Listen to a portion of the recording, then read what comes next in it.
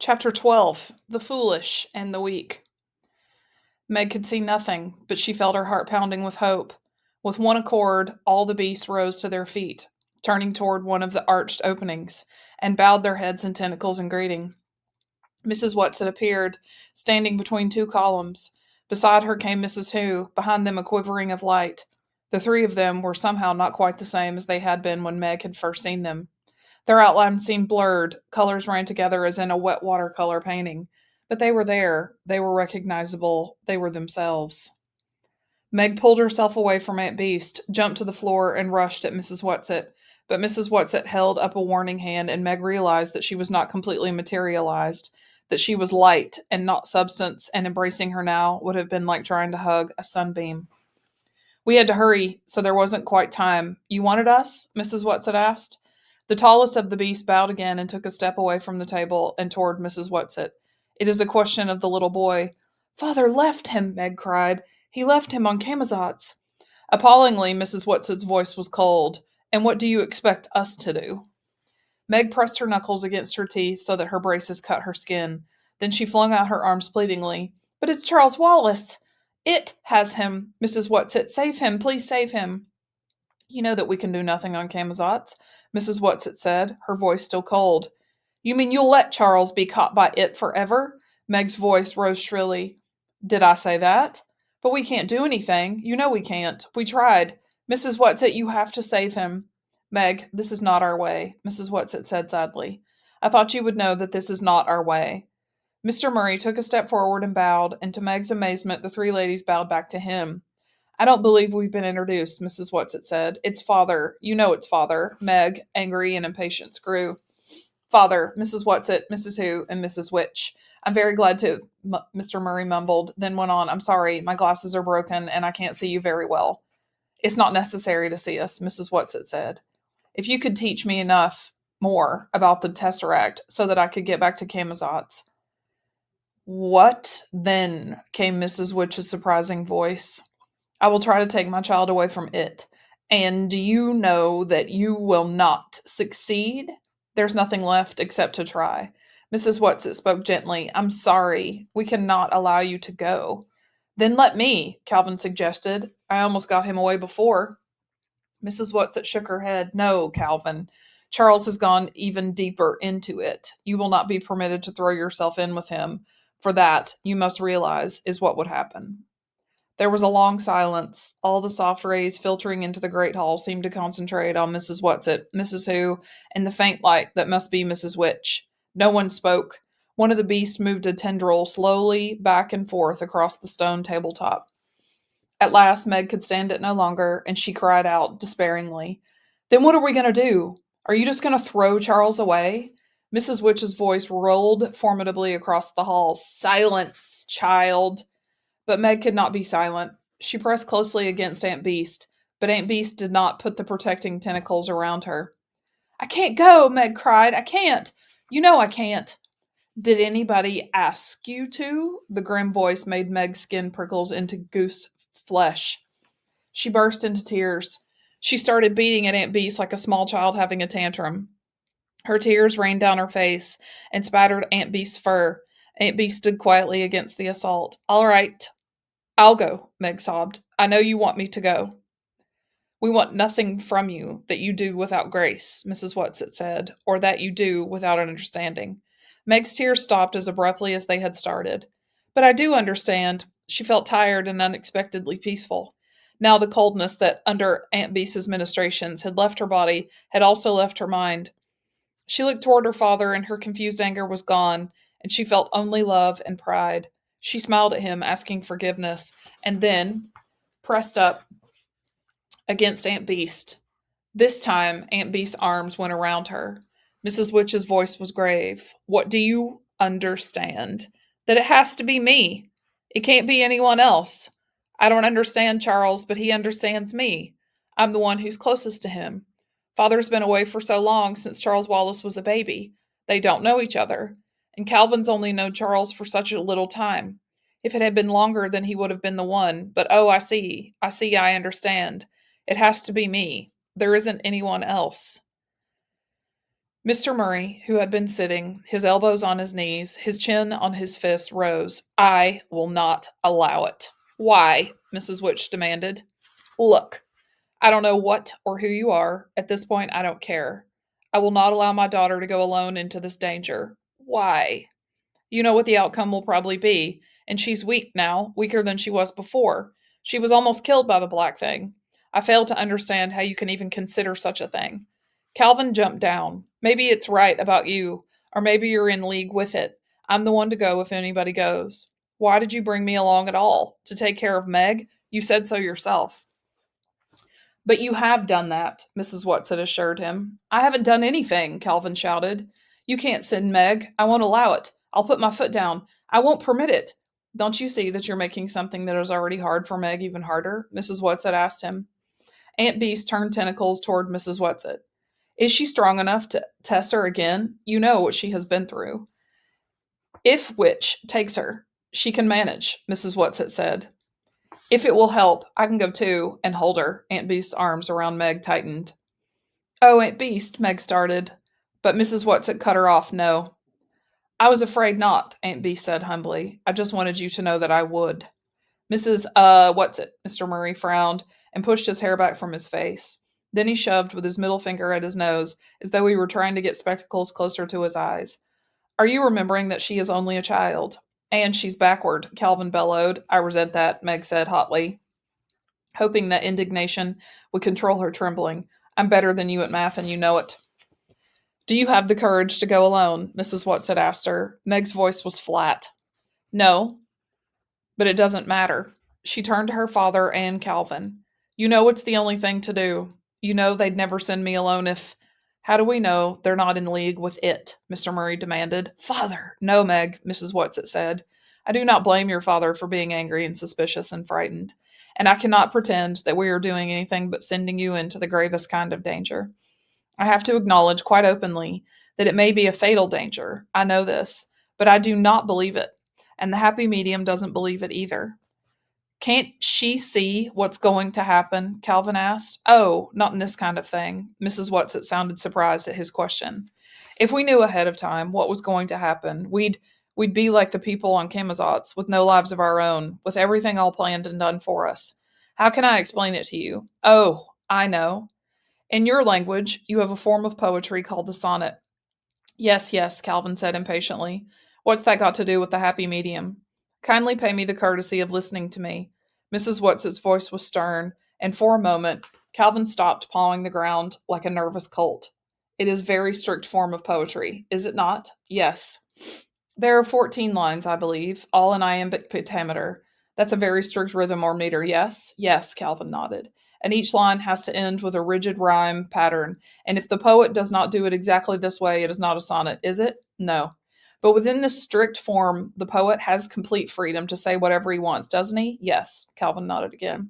So, Mrs. Watson said, so what?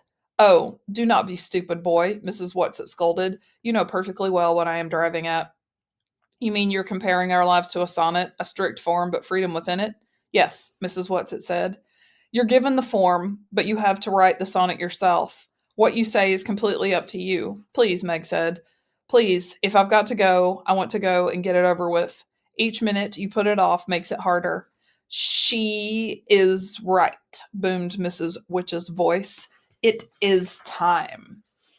You may say goodbye, Mrs. Watson was giving her not permission, but a command.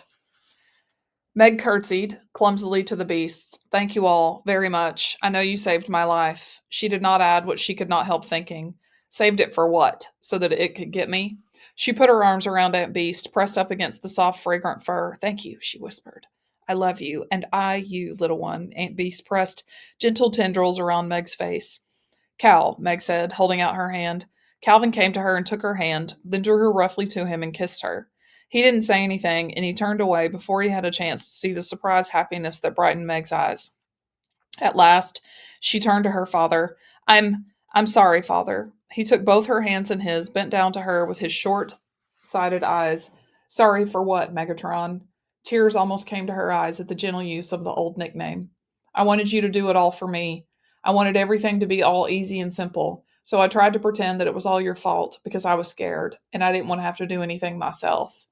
But I wanted to do it for you, Mr. Murray said. That's what every parent wants. He looked into her dark, frightened eyes. I won't let you go, Meg. I am going. No, Mrs. Whatsit's voice was sterner than Meg had ever heard it. You are going to allow Meg the privilege of accepting this danger. You are a wise man, Mr. Murray.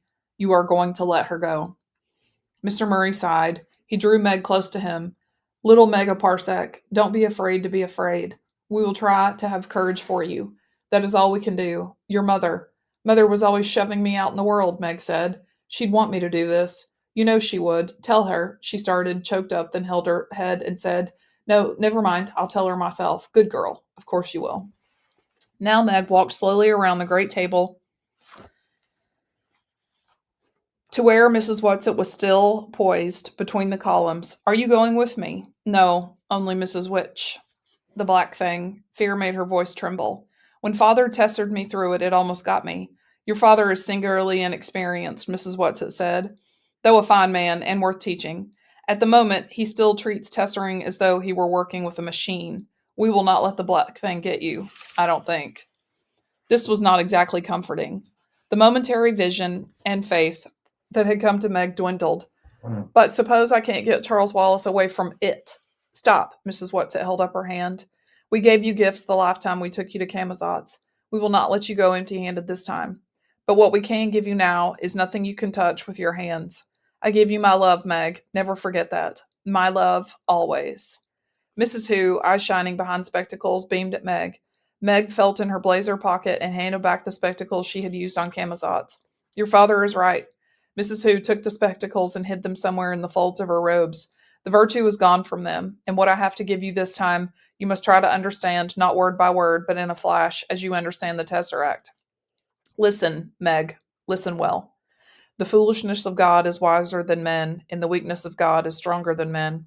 For you see your calling, brethren, how that not many wise men after the flesh, not many mighty, not many noble, are called, but God hath chosen the foolish things of the world to confound the wise.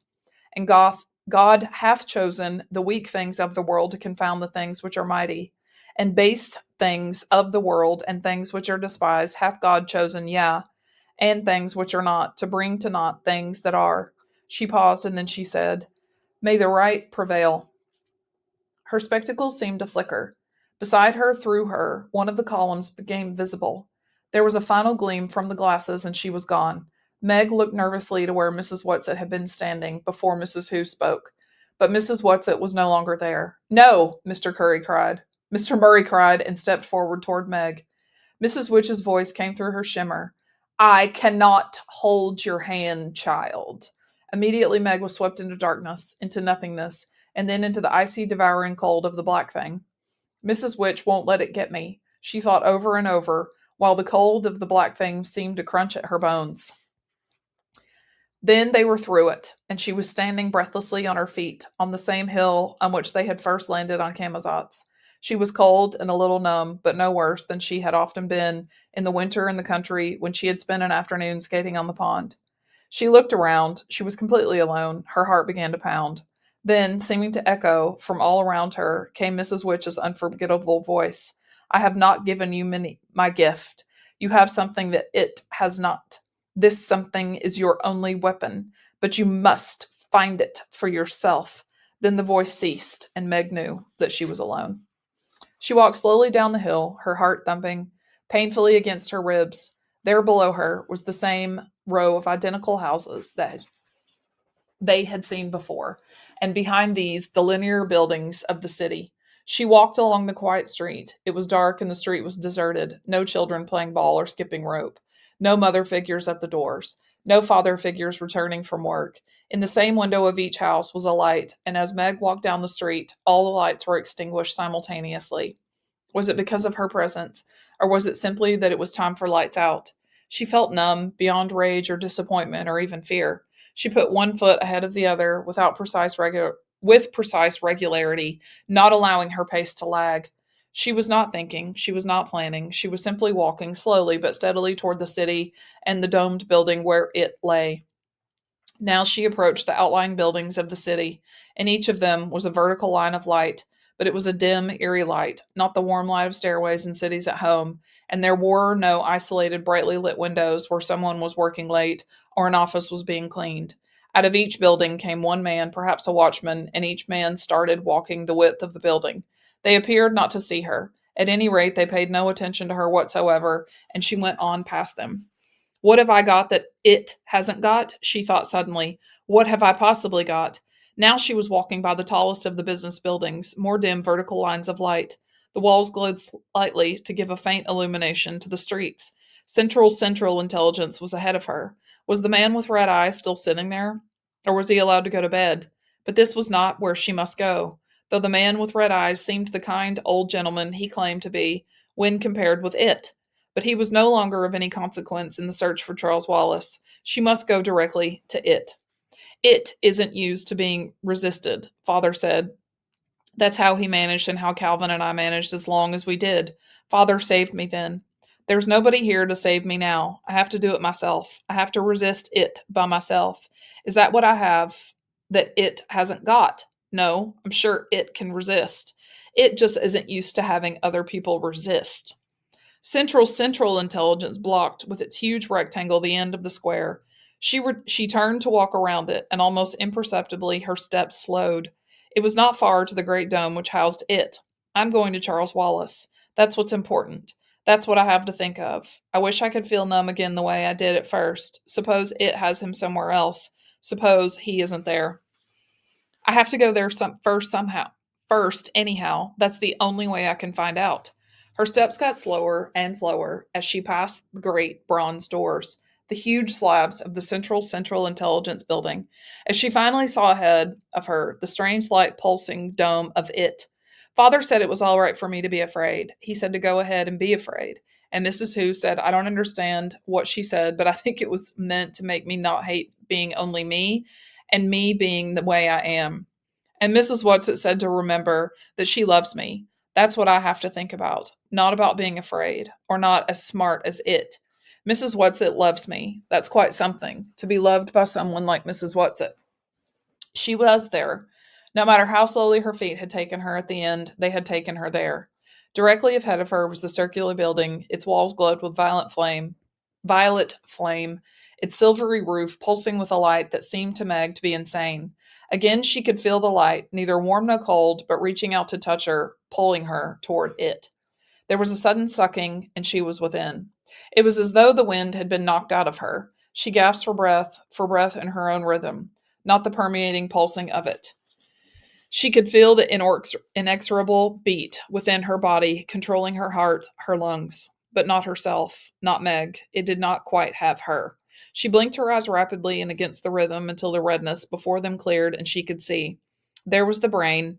There was it, lying, pulsing and quivering on the die, soft and exposed and nauseating. Charles Wallace was crouched beside it, his eyes still slowly twirling, his jaw still slack, as she had seen him before, with a tick in his forehead reiterating the revolting rhythm of it.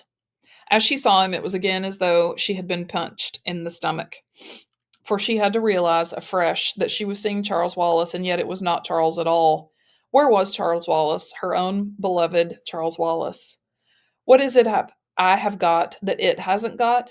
You have nothing that it hasn't got, Charles Wallace said coldly. How nice to have you back, dear sister. We have been waiting for you. We knew that Mrs. Whatsit would send you. She is our friend, you know.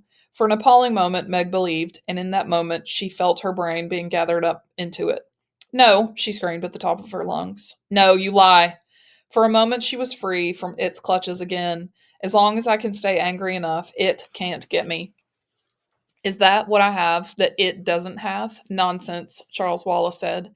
You have nothing that it doesn't have. You're lying, she replied. And she felt only anger toward this boy, who was not Charles Wallace at all. No, it was not anger, it was loathing. It was hatred, sheer and unadulterated, and as she became lost in hatred, she also began to be lost in it. The red miasma swam before her eyes, her stomach churned in its rhythm. Her body trembled with the strength of her hatred and the strength of it. With the last vestige of consciousness, she jerked her mind and body. Hate was nothing that it didn't have. It knew all about hate. You are lying about that, and you were lying about Mrs. Whatsit, she screamed. Mrs. Whatsit hates you, Charles Wallace said. And that was where it made its fatal mistake, for as Meg said automatically, Mrs. Whatsit loves me. That's what she told me, that she loves me. Suddenly she knew. She knew. Love. That was what she had that it did not have. She had Mrs. Whatsit's love, and her father's and her mother's, and the real Charles Wallace's love, and the twins and Aunt Beast's, and she had her love for them. But how could she use it? What was she meant to do? If she could give love to it, perhaps it would shrivel up and die, for she was sure that it would not withstand love. But she, in all her weakness and foolishness, baseness and nothingness, was incapable of loving it. Perhaps it was not too much to ask of her, but she could not do it. But she could love Charles Wallace. She could stand there and she could love Charles Wallace, her own Charles Wallace, the real Charles Wallace, the child for whom she had come back to Camazotz, to it, the baby who was so much more than she was and who was yet so utterly vulnerable. She could love Charles Wallace. Charles. Charles, I love you. My baby brother who always takes care of me. Come back to me, Charles Wallace. Come away from it. Come back. Come home. I love you, Charles. Oh, Charles Wallace, I love you. Tears were streaming down her cheeks, but she was unaware of them. Now she was even able to look at him, at the animated thing that was not her own Charles Wallace at all. She was able to look and love. I love you. Charles Wallace, you are my darling and my dear and the light of my life and the treasure of my heart. I love you. I love you. I love you. Slowly, his mouth closed. Slowly, his eyes stopped their twirling. The tick in the forehead ceased its revolting twitch. Slowly, he advanced toward her. I love you, she cried. I love you, Charles. I love you. Then suddenly he was running, pelting. He was in her arms. He was shrieking with sobs. Meg, Meg, Meg! I love you, Charles, she cried again, her sobs almost as loud as his, her tears mingling with his. I love you. I love you. I love you. A whirl of darkness, an icy cold blast, an angry, resentful howl that seemed to tear through her. Darkness again, through the darkness to save her, came a sense of Mrs. Whatsit's presence, so that she knew it could not be it, who now had her in its clutches, and the feel of the earth beneath her, of something in her arms, and she was rolling over on the sweet-smelling autumnal earth, and Charles Wallace was crying out, Meg! Oh, Meg! Now she was hugging him close to her, and his little arms were clasped tightly about her neck. Meg, you saved me, he said over and over. Meg, came a call, and there was her father and Calvin hurrying through the darkness toward them. Still holding Charles, she struggled to stand up and look around. Father, Cal, where are we? Charles Wallace, holding her hand tightly, was looking around too, and suddenly he laughed, his own sweet, contagious laugh. In the twins' vegetable garden, and we landed in the broccoli. Meg began to laugh too, at the same time that she was trying to hug her father, to hug Calvin, and not to let go of Charles Wallace for 1 second. Meg, you did it, Calvin shouted. You saved Charles. I'm very proud of you, my daughter. Mr. Murray kissed her gravely, then turned toward the house. Now I must go in to Mother. Meg could tell that he was trying to control his anxiety and eagerness. Look, she pointed to the house, and there were the twins and Mrs. Murray walking toward them through the long, wet grass. First thing tomorrow, I must get some new glasses, Mr. Murray said, squinting in the moonlight and then starting to run toward his wife. Denny's voice came crossly over the lawn. Hey, Meg, it's bedtime. Sidney suddenly yelled, Father!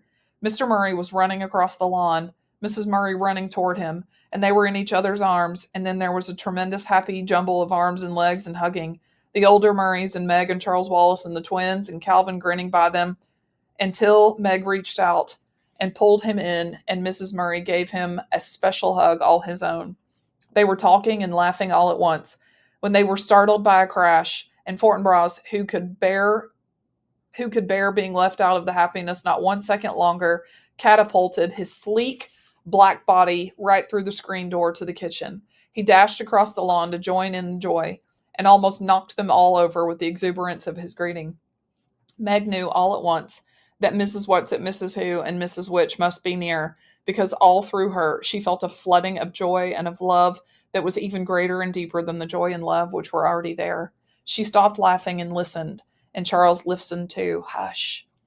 Then there was a whirring, and a Mrs. Whatsit, Mrs. Who, and Mrs. Which were standing in front of them, and the joy and love were so tangible that Meg felt that if she only knew where to reach, she could touch it with her bare hands. Mrs. Whatsit said breathlessly, "Oh, my darlings, I'm sorry we don't have time to say goodbye to you properly. You see, we have to."